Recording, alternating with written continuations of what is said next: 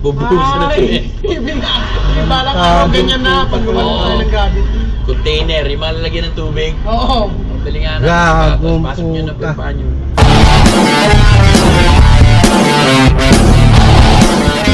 Mawalan ng gravity sa mundo. Ang simple lang yan. Ang mga tao, pag nawala ng gravity ang mundo, uuntog siya doon. Ay, uuntog tayo dyan. Mabilis ba yung ngayon? Wait, parang... Hindi, dapat nga, ngayon nga pa wala na yung gravity. Ngayon, magbenta na yung mga mall na mabibigat na sapatos.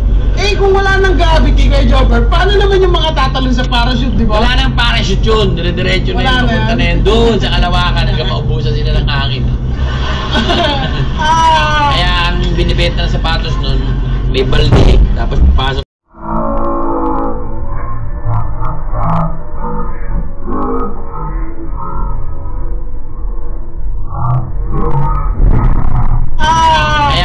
Binibenta ng sapatos nun, may balde, tapos papasok yung paa mo. Bubuhusan na ito eh. Balak ako ganyan na pag wala tayo ng gravity. Container, yung malalagyan ng tubig. Oo. Dali nga na, pasok nyo na pagpaan nyo.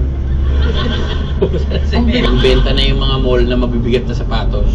Eh, kung wala nang gravity kay Jobber, paano naman yung mga tatalon sa parachute, di ba? Wala nang parachute yun, dire-diretso na yun, pupunta na yun doon sa kalawakan hanggang maubusan sila ng hangin.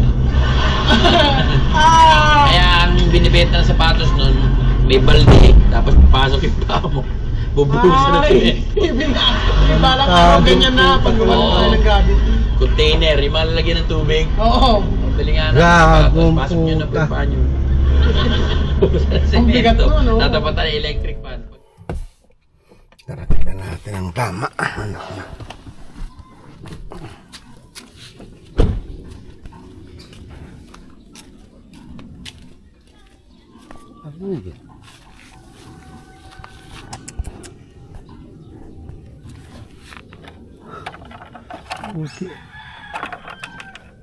Buti itong fender lang na dali.